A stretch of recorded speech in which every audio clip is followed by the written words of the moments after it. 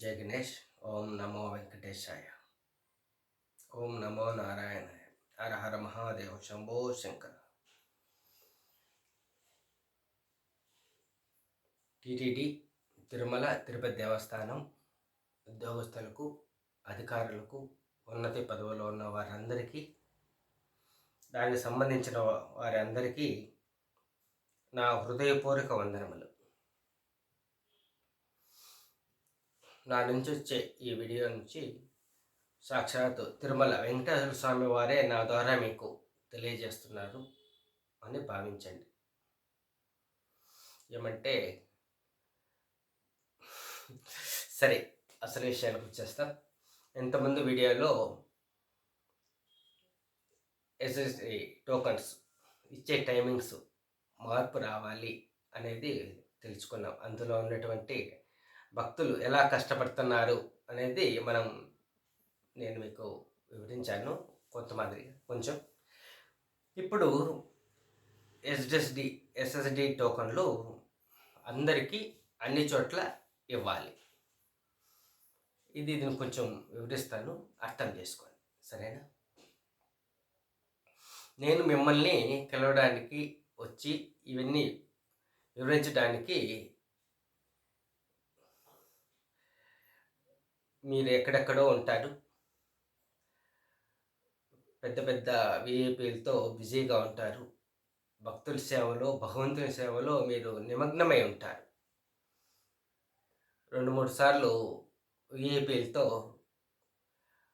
వచ్చాను, కానీ కొన్ని చోట్లకి ఉన్నత అధికారులు వాళ్ళు బిజీగా ఉండడం గమనించాను. నాలాంటి సాధారణ భక్తుడు వచ్చి మీతో మాట్లాడడానికి అక్కడున్న బయట ఉన్న వాళ్ళు అనుమతించరు. ఇది అందరికీ తెలిసిందే కదా. కాబట్టి మంచిగా మనం భగవంతుని సేవలో అందరం పాలుపంచుకుందాం, అందరం కలిసి చేద్దాం, భగవంతుడు మెచ్చే విధంగా చేద్దాం. ఇటువంటి కార్యక్రమాలు చేయడం వల్ల ఏం జరుగుతుందంటే, హతిరాం బాబా, తిరుమల నంబి, అనంతార్వాలు, అన్నమయ్య, తిరుగట వెంగమాంబ ఇలాంటి వారు, తొండమాన్ చక్రవర్తి భగవంతుని హృదయంలో స్థానం సంపాదించారు. ఎంతోమంది ఉన్నారు, తెలియని వాళ్ళు కూడా. అందులో మనం కూడా ఒకరు అయ్యే అవకాశాలు ఉన్నాయి. భగవంతునికి, భక్తులకు మనం సేవ చేయడం వల్లనే, ఆయన్ను ఆరాధించడం వల్లనే ఇది సాధ్యపడుతుంది. అంతే కదా. ఎస్ఎస్డి టోకన్లు ఇంతకుముందు ప్రభుత్వం, అంటే మన ప్రభుత్వం ఇంతకుముందు ఉన్నప్పుడు ఒక మాదిరిగా ఇచ్చేవాళ్ళు.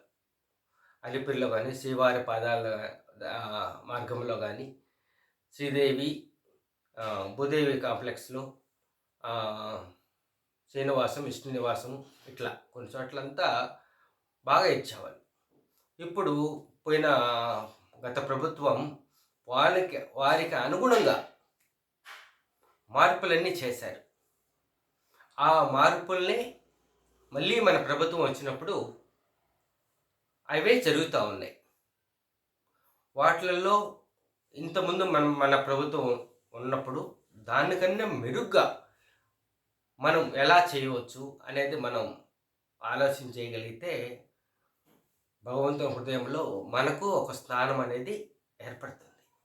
అది మనకు తెలియకపోవచ్చు, కానీ భగవంతుడికి తెలుసు. ఆయన ఉంచుకుంటాడు, మనకు కావాల్సినట్టు ఆయన చేసుకుంటాడు. ఏ జన్మలో చేసుకున్న పుణ్యమో మనము భగవంతునికి, భక్తులకి సేవ చేసే అవకాశం వచ్చింది. దీన్ని సద్వినియోగపరుచుకున్నామంటే ఇంకేం కావాలి చెప్పండి, అన్నీ ఆయన్ని చూసుకుంటాడు. ఇప్పుడు మనము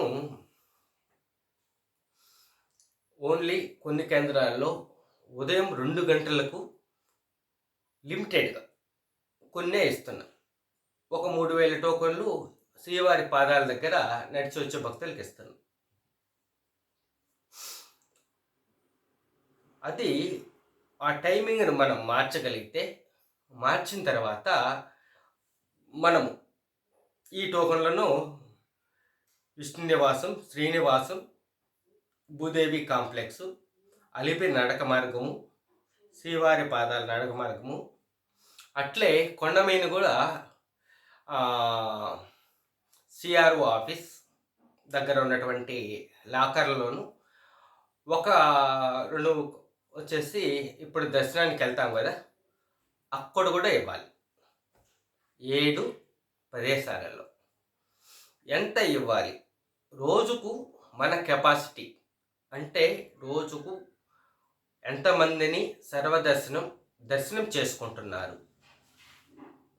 రోజుకు ఎంతమంది దర్శనం చేసుకుంటున్నారు ఆ లెక్క మనకు తెలుసు. అన్ని టోకన్లు ఇష్యూ చేయండి.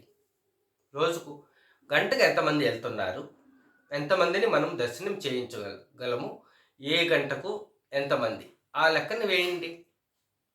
Very simple. ఎక్స్ట్రా ఉంటే మరుసటి రోజుకి దర్శనం టోకన్లు వాళ్ళకు వచ్చేటట్లు ఇవ్వండి. చాలా లేటుగా వచ్చిన వాళ్ళు నెక్స్ట్ రోజు చూస్తారు.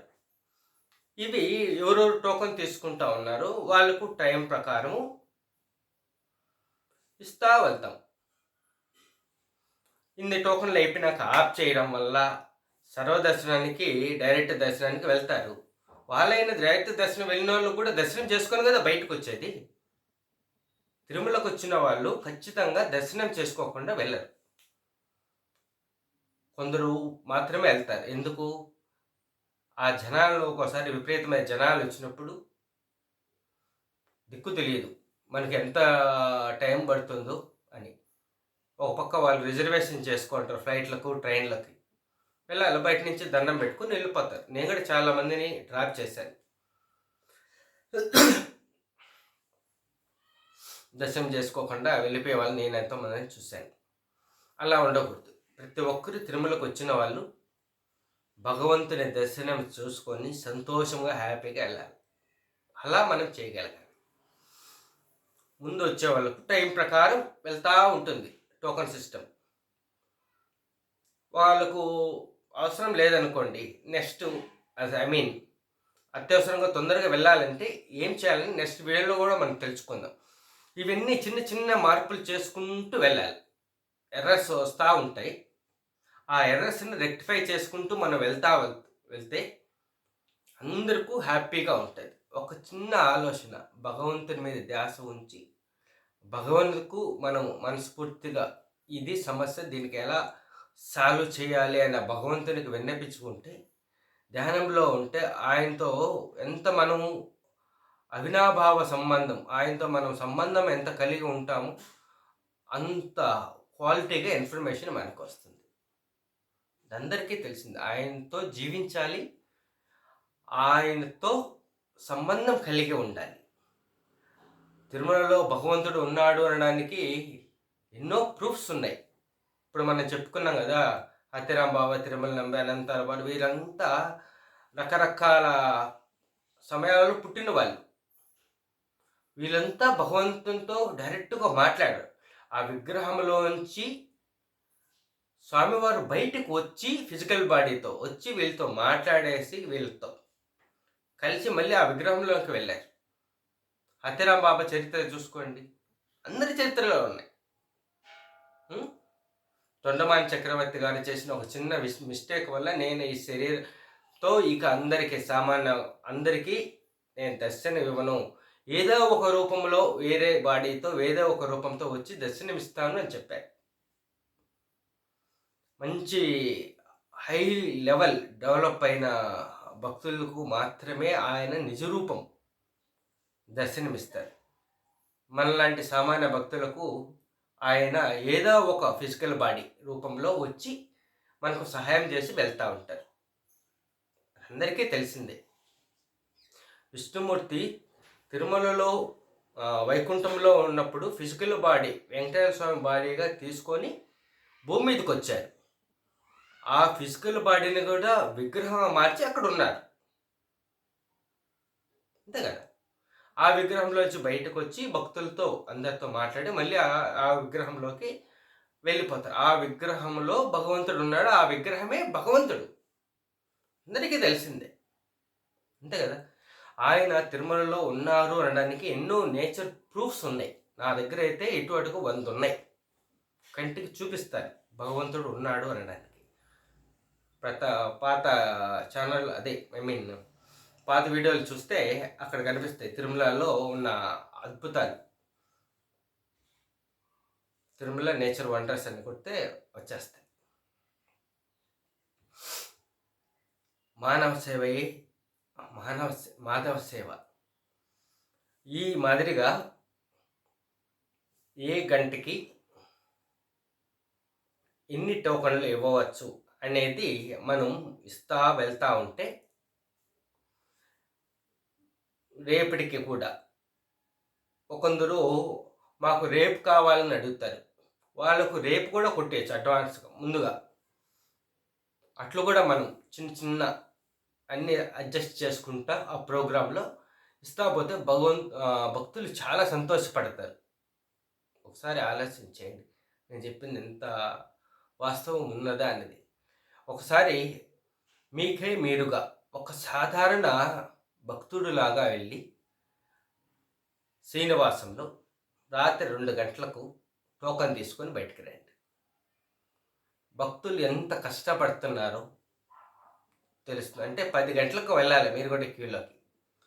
మీరు సామాన్య భక్తుల్లాగా ఎవరు గమనించకుండా మాస్క్ వేసుకొని వెళ్ళేసి రండి. అట్లే శ్రీవారి పాదాల దగ్గర చూడండి ఆ ట్రాఫిక్ ఎట్లా ఉంటుందో. ఆ ఫారెస్ట్ వాళ్ళు అయితే ఆపేస్తారు అక్కడ 6 గంటల వరకు. అక్కడ ఒక ఇది జరుగుతూ ఉంది, మీకు తెలియకపోవచ్చు. ఏముంది, యువతల నుంచి ఆటోలో శ్రీనివాస మంగాపురం కాడ దిగుతారు కొందరు. ఆడించి ఆటో తీసుకొని శ్రీవారి పాదాల కాడికి 50 రూపాయలు ఎంతో తీసుకుంటారు. ఎక్కించుకొని వస్తే ఆ పొద్దున్నే ఫారెస్ట్ వాళ్ళు ఆడ ఆపేస్తే ఆడ మళ్ళీ ఏం చెప్తారు వాళ్ళు, మీరు దిగి ముందుకు వెళ్ళండి, అవతల ఆటోలు ఉంటాయి, అవతల ఆటోలు పట్టుకొని వెళ్ళండి, మీరు టోకన్ ఇచ్చే కాడికి వెళ్ళిపోతారు అని అంటారు. అంటే ఇక్కడ పేమెంట్ ఆ టోల్ గేట్ కాంచి ఆ 2 కిలోమీటర్లు నడిచి వెళ్ళాల్సి ఉంటుంది. ఆ ట్రాఫిక్ జామ్లో ఆ బ్యాగులు వేసుకొని ఇడ్చుకుంటూ పోతూ ఉంటారు. అవతల పోయినాక మళ్ళీ ఆటోకు పే చేయాలి. వాహనాలు తెచ్చుకున్న వాళ్ళేమో యువతలనే ఉంటారు. ఆ ఆటోలు అవన్నీ అంటే ఎట్లా వెళ్తాడంటే ఆటో వాళ్ళు తప్పు పట్టడం కాదు, వాళ్ళు భక్తులకు హెల్ప్ చేస్తూనే ఉన్నారు, వాళ్ళు 4 రూపాయలు సంపాదించుకుంటున్నారు. అది రైటా రాంగ్ అనేది పక్కన పెడదాం. అక్కడ సిచ్యువేషన్లు అలా భక్తులకు ఇబ్బందికరంగా ఉంది. ఇంతకుముందు మన ప్రభుత్వం ఉన్నప్పుడు ఆడ ఫారెస్ట్ వాళ్ళు ఆపేవాళ్ళు కాదు, ఇప్పుడు ఆపుతా ఉన్నారు. అక్కడ ఏమి సమస్య అనేది తెలుసుకుంటే సరిపోతుంది. ఫారెస్ట్ వాళ్ళు యువతల ఆపితే అవతల ఆటోలు ఎట్టెళ్ళినాయి ఒకసారి ఆలోచించాలి. అంటే వాళ్ళని తప్పు పట్టకూడదు, ఎవరిని తప్పకూడదు, ఉన్న ప్రాబ్లంని సాల్వ్ చేయాలి, భక్తులకి మంచి చెయ్యాలి, భగవంతుడు మెచ్చే విధంగా ఉండాలి. కొందరు నడుచుకొని వస్తారు, కొందరు బస్సుల్లో వాహనాల్లో పైకి వెళ్తారు. అందరికీ టోకన్స్ టైం ప్రకారం ఇవ్వచ్చు. ఇక్కడ తిరుపతిలో టోకన్ తీసుకొని కూడా నడిచి వెళ్ళచ్చు. అది నడిచి వెళ్ళే వాళ్ళకు ఒక రకము టోకను ఇదని కాదు, నడిచి వెళ్ళే వాళ్ళకు ఇంకొక రకమైన టోకన్ ఇవ్వాలి. అదేంటనే నెక్స్ట్ వీడియోస్లో మనం తెలుసుకుందాం. దాన్ని వాళ్ళకు ఆ టోకన్ వల్ల వాళ్ళకి ఏమేమి ఉపయోగాలు ఉన్నాయి అనేది. సరేనా? ప్రస్తుతానికి ఏ గంటకు మనము ఎంతమంది భక్తులను గంటకు మనం దర్శనం చేయించగలము అనే దాన్ని దృష్టిలో ఉంచుకొని భక్తులు అందరికీ ఎస్ఎస్డి టోకన్లు అందరికీ ఇవ్వాల్సిందిగా రిక్వెస్ట్ చేసుకుంటున్నాను. అట్లే డైరెక్ట్ దర్శనం అనేది ప్రస్తుతానికైతే అవసరం లేదు, దాన్ని తీసేయచ్చు కూడా. ఏమంటే అందరికీ టోకన్లు ఇస్తున్నాం. డైరెక్ట్ దర్శనానికి వెళ్ళినా కూడా ఏమవుతుంది, వాళ్ళు కొంతకాలం వెయిట్ చేయాల్సిందే, క్యూ లైన్లో షెడ్లో కూర్చోవాలి. దానివల్ల ఎంతో ఖర్చు ఉంటుంది, పవర్ ఖర్చు ఉంటుంది, వాళ్ళకి ఫుడ్ సప్లై చేయాలా, చాలా చాలా ప్రాబ్లమ్స్ మనం ఫేస్ చేయాల్సింది. ఆ డైరెక్ట్ దర్శనం లేకపోతే ఎన్ని బెనిఫిట్స్ ఉన్నాయో నెక్స్ట్ వీడియోస్లో కూడా మనకు తెలుసుకుందాం. ఒక్కొక్క స్టెప్పు మనము ముందుకు వేసుకుంటా పదం. చంద్రబాబు నాయుడు గారికి చంద్రబాబు గారికి ఆయన సూపర్ 6 అని పెట్టారు. చాలా బాగుంది. సూపర్ 7 అనేది తిరుమలకి అప్లై చేస్తే ఎంత బాగుంటుంది. భక్తులకందరికీ మేలు చేయడం, సదుపాయాలు కల్పించడం, ఇది సూపర్ 7లో పెడితే ఎంతో బాగుంటుంది. ఇప్పుడు మనం చెప్పలేము, నేనైతే అపాయింట్మెంట్ అడగలేను. దాంట్లో ఆయనకి ఇవ్వలేడు కూడా. కాబట్టి దాని గురించి మాట్లాడడం ఏదో మనసు వచ్చింది. 7 కొండలు వాడు కాబట్టి సూపర్ 7 అని అన్నాను. సరేనా? సరే, నమస్తే. జై శ్రీరామ్.